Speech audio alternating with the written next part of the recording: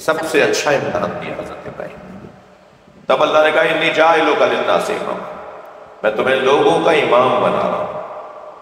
اگر یہ لوگوں کو بنانا تھا تو یہ کون سا بڑا اعزاز ہے؟ جب یہ لوگوں کا کام تھا امام بنانا، تو پھر یہ تو قرآن مجید میں اللہ کا کہہ رہا ہے میں اتنا بڑا کام کروا کہ میں اب تمہیں امام بنا رہا ہوں۔ کہ اللہ یہ تو خود بنا لیتے ہیں، یہ تو حضرت انسان اتنا بڑا حضرت ہے تو خود بنا لیتا ہے۔ تو یہ جو قرآن میں کہا جا رہا ہے، اللہ کہہ رہا ہے میں تمہیں اب امام بنا رہا ہوں، اس کا مطلب ہے کہ اللہ کا کام ہے نا، امام بنانا اللہ کا کام ہے۔ جو اللہ کا کام کرے تم اسے اپنا رہنما مانو۔ یہ اللہ کا کام، اللہ جس کام کو اپنے اوپر لے رہا ہے، اگر کوئی کہے کہ یہ کام ہم کریں گے، یہ کتنی بڑی گستاخی ہے۔ توحید سے باہر نکلنا ہے یا نہیں؟ یہ اسلام سے خروج ہے یا نہیں؟ اسے کیا بولا جائے گا؟ اللہ نے ارشاد فرمایا میں اب تمہیں لوگوں کا امام بنا رہا ہوں، انی جاعلک للناس اماما۔ تو سب سے پہلی شرط امامت کے لیے، سب سے پہلی شرط امامت کے لیے نص، پہلی شرط امامت کے لیے نص کا ہونا ضروری ہے۔ واضح حکم لے کر آؤ کہ مولا علی اللہ کی طرف سے امام ہے، واضح حکم لے کر آؤ کہ نبی مکرم اللہ کی طرف سے امام ہے۔ کوئی آیت لاؤ، کوئی حدیث لاؤ، کوئی ایسی واضح اور روشن بات کہ جس کا بات کے اوپر کوئی بات نہ کی جا سکے۔ نص۔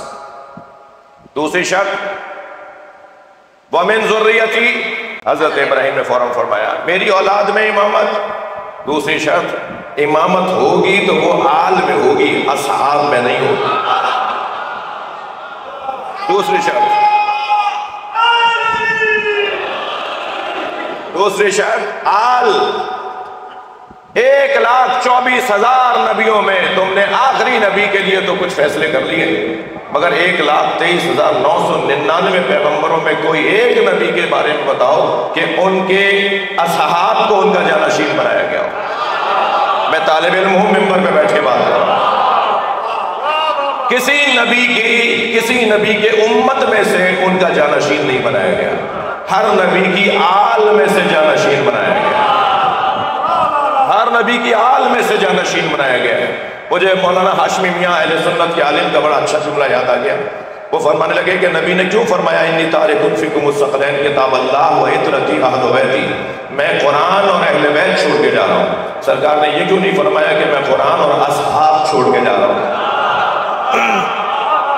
سرکار نے یہ کیوں نہیں فرمایا انی تارک فیکم الثقلین کتاب اللہ و اصحابی، میں اللہ کی کتاب اور اپنے اصحاب چھوڑ کر جا رہا ہوں۔ بہت اچھا جملہ ہے، جس کا جو محنت ہو، جس کا جو خیال ہو، اسی کے نام سے بیان ہونا چاہیے۔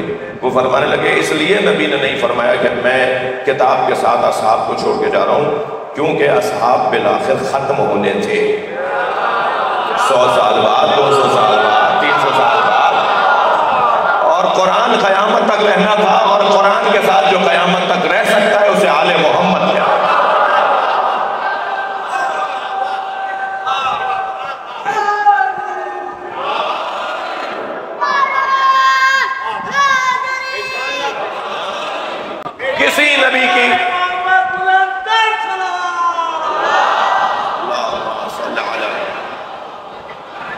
کسی نبی کی آل سے ہٹ کر خلافت نہیں چلی۔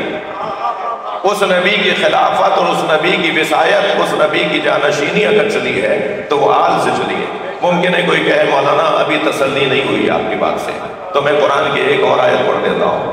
ان اللہ اصطفیٰ آدم و نوح و آل عمران و آل ابراہیم و آل عمران علی العالمین ذریۃ بعضها من بعض۔ اللہ نے آدم کو چن لیا، اللہ نے نوح کو چن لیا، اللہ نے آل ابراہیم کو چنا۔ اللہ کہہ رہا ہے ان اللہ اصطفیٰ آدم و نوح، کیوں آدم اور نوح کو نہیں، کیوں آدم اور نوح کی اولاد کو نہیں چنا؟ کیوں حضرت ابراہیم اور حضرت ابو طالب کی اولاد کو چنا؟ تھوڑی گردن ہلا دو بھائی، بات جاری ہے۔ اللہ ان اللہ اصطفیٰ آدم و نوح و آل ابراہیم و آل عمران علی العالمین ذریۃ بعضها من بعض۔ اللہ نے آدم کو چنا اس لیے کہ حضرت آدم کا پہلا ہی بیٹا قاتل نکلا۔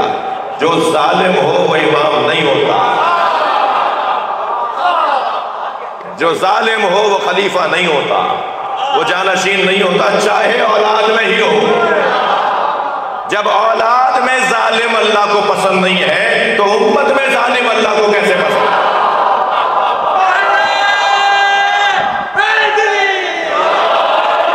اللہ نے آدم علیہ السلام کے لیے کہا کہ ان اللہ اصطفیٰ آدم و نوح، اور نوح کو ہم نے چنا۔ حضرت نوح کی بھی اولاد کی بات نہیں کی اللہ نے، اس لیے کہ حضرت نوح کی اولاد خود حضرت نوح کی اطاعت نہیں کرے گی۔ کشتی میں سب سوار ہو گئے، زوجہ سوار نہیں ہو رہی، کشتی میں سب سوار ہو گئے، بیٹا سوار نہیں ہو رہا، بار بار پکارتے رہے کہ آ جاؤ، تو یہ پہاڑ پہ چڑھتے رہے، اور جیسے جیسے پہاڑ پہ چڑھتے رہے اور کہتے رہے جبل یعصمنی من الماء، یہ پہاڑ مجھے ہمیں پانی سے بچائے گا، یہ پہاڑ پہ چڑھتے رہے، پانی بھی چڑھتا رہا۔ مجھے تو لگتا ہے کہ وہ جو اختر بھائی کی کسی غزل کا ایک مصرع ہے، ممبر ہے مجلس ہے اس لیے وہ مصرع نہیں پڑھوں گا، لیکن شاید وہ جو ڈوبنے والی بات ہے نا، شاید پہاڑ کو ڈوبنا نہیں تھا، پہاڑ کو ڈوبنا نہیں تھا، اس کی وجہ سے پہاڑ بھی ڈوب گیا۔ صلوات پڑھنے ذرا محمد و آل۔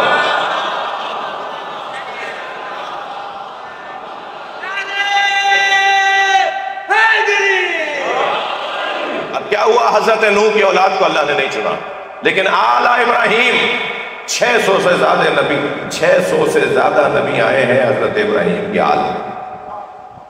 یہ انبیاء بنی اسرائیل سارے حضرت ابراہیم کی اولاد میں سے، حضرت اسحاق کی اولاد، حضرت ابراہیم کے بیٹے حضرت اسحاق کی اولاد میں سے 600 سے زیادہ نبی آئے۔ آل ابراہیم کو اللہ نے چن لیا۔ آل عمران، اب آل عمران سے مراد، حضرت عمران سے مراد حضرت مریم کے والد ہیں، تب بھی نواسے کو چنا گیا ہے، حضرت عیسیٰ کو، یعنی بیٹی کی اولاد ہوتی ہے، یہ قرآن کہہ رہا ہے نا۔ اگر حضرت عمران سے مراد حضرت مریم کے والد ہیں، اور اگر حضرت عمران سے مراد حضرت ابو طالب ہے، تو اولاد تو ابو طالب کی ہے، تبھی تو اللہ نے آیت میں آگے جا کے کہا ذریۃ بعضھا من بعض، ہم نے ایک کی اولاد کو دوسری کی اولاد بنا دیا، ہم نے کسی کی اولاد کو کسی کی اولاد بنا دیا۔ اولاد ہوں گے ابو طالب کی، کہلائیں گے محمد مصطفیٰ کی، اولاد ہوگی علی کی، کہلائے گی نبی کی۔ اور یہی وہ بات ہے جس کے لیے مولا علی نے ایک جگہ فخر کیا ہے، فرماتے ہیں وَسِبْتَ أَحْمَدٍ وَلَدَيَ مِنْهَا فَمَنْ مِنْكُمْ سَهْمٌ كَسَهْمِي، میں نبی کے 2 بیٹوں کا باپ ہوں،